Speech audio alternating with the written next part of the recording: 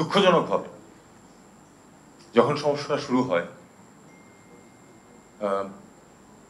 কর্তৃপক্ষের অনেকে ভেবেছিলেন যে এটা তারা আগের মতোই সহজে সমাধান করে ফেলবে, যে কারণে খুব তড়িঘড়ি একটা চুক্তি স্বাক্ষর হয়েছে, যে চুক্তিটা যথেষ্টই আমি মনে করি যে এটা চুক্তিটা না হওয়া ভালো ছিল, আমার এ হলো অভিমত।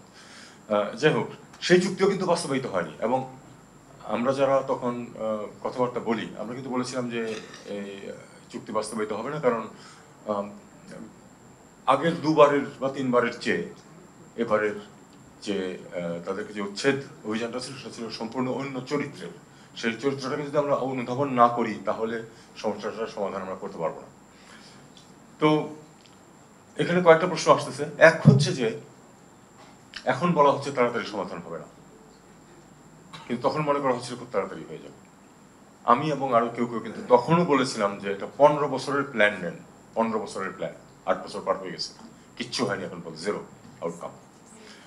তো আমি কি 15 বছর যেটা বলেছিলাম সেটাও কম হয়ে গেছে কিনা আমি জানি না, কিন্তু আমাদের চেষ্টা করতে হবে যে অন্ততপক্ষে শুরু থেকে নিয়ে 15 বছরের মধ্যে আমরা এটাকে শেষ করতে পারি কিনা।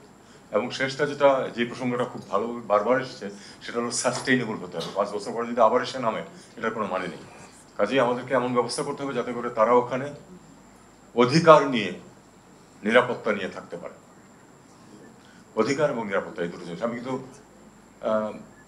নাগরিকত্বের প্রশ্নটা আমি তুলছিলাম, এটা তো আরেকটা ইস্যু, সেটা খুবই গুরুত্বপূর্ণ ইস্যু আমি জানি, কিন্তু আমি শুধু ইনসিস্ট করছি দুটো জিনিসের উপরে। তাদের অধিকার থাকতে হবে, মিনিং অন্ততপক্ষে নর্মাল ইকোনমিক লাইফ কাটানোর যে একটা পরিবেশ সেটা তাদের জন্য থাকতে হবে। এক, দুই হলো নিরাপত্তা থাকতে হবে।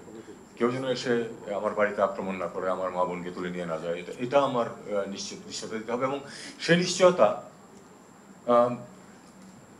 মিয়ানমার কর্তৃপক্ষ শুধু দেবে একা, সেই বিশ্বাসযোগ্যতা মিয়ানমার কর্তৃপক্ষের নেই। কাজেই এখানে অবশ্যই আন্তর্জাতিক সম্প্রদায়কে ইনভলভ হতে হবে। তো এই হলো কথা। কোঅর্ডিনেশনের প্রশ্ন উঠছে। কোঅর্ডিনেশন আপনারা জানেন যে ডক্টর খলিল ছিলেন আগের সেশনগুলোতে।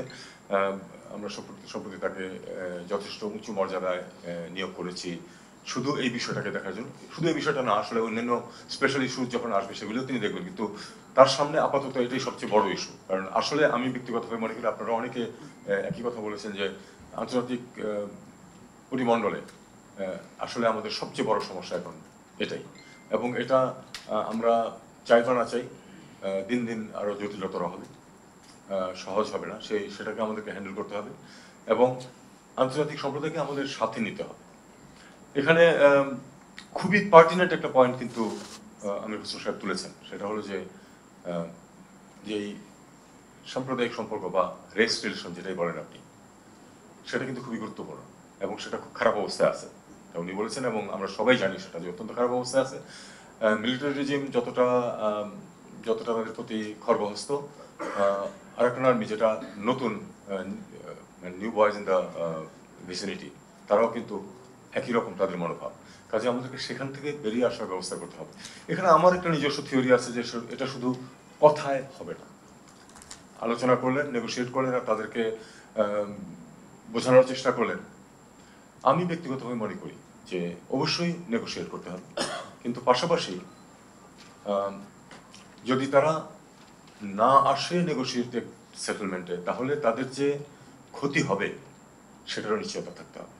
There has to be a guarantee that they have interest in a peace agreement. Unless they feel like that, they will not come to the table. কাজেই আমাদেরকে এমন একটা সিচুয়েশনে আসতে হবে আন্তর্জাতিক সম্প্রদায়কে সাথে নিয়ে, যে if they do not come to a negotiated settlement, it's going to hurt them.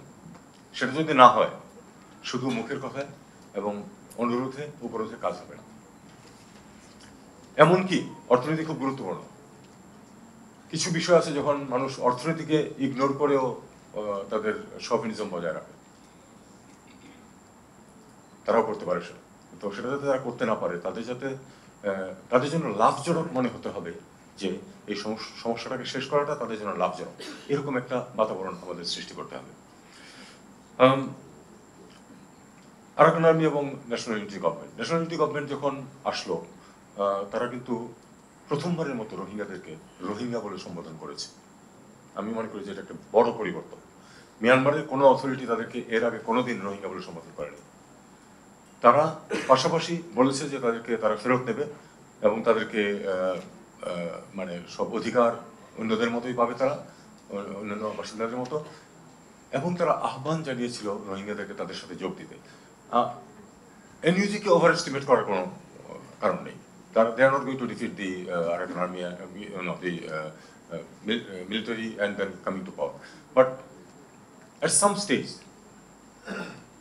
people will sit around the table. At some stage when there is a stalemate particularly, we are here to reach that stalemate.